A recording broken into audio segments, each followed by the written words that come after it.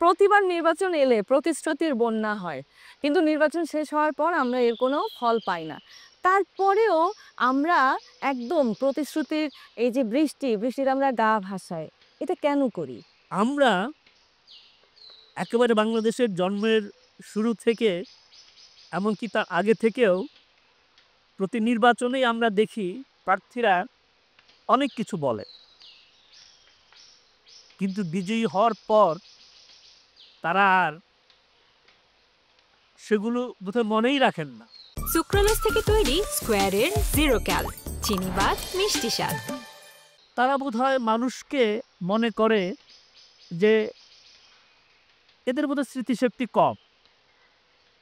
হ্যাঁ, আজকে যা বলে যাচ্ছি, হ্যাঁ, এরা ভুলে যাবে। অতএব বলতে আমাদের কোনো আপত্তি নেই। এবং একটা জিনিস আমার মনে হয় যে নাগরিকদেরও কিছু দায়িত্ব থাকা উচিত। আমার ভোটটা আমি যাকে দেব, তিনি যে প্রতিশ্রুতিগুলো আমাকে দিচ্ছেন, এটি কি তার আওতার মধ্যে পড়ে কি? স্যার যথাযথই বলেছেন যে আমাদের আসলে সচেতন হতে হবে জনগণের। যার দায়িত্ব যতটুকু সেই দায়িত্বের মধ্যে তার সীমাবদ্ধ।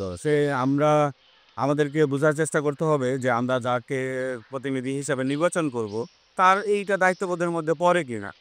তার দায়িত্বের মধ্যে না পড়লে সে যে প্রতিশ্রুতি যেটা দিবেন সেটা তো আসলে তার রক্ষা করা তার সম্ভব হবে। আমাদের যারা এই নির্বাচনে যারা প্রতিদ্বন্দ্বিতা করবেন এবং যারা সরকার গঠন করবেন তাদের কিন্তু এটা আসলে মনে রাখতে হবে যে আ স জনগণ একটা সহ্য সীমা পর্যন্ত তারা অপেক্ষা করে। কিন্তু তারপরে কিন্তু এটা জনবিস্ফোরণ হয়ে যায়।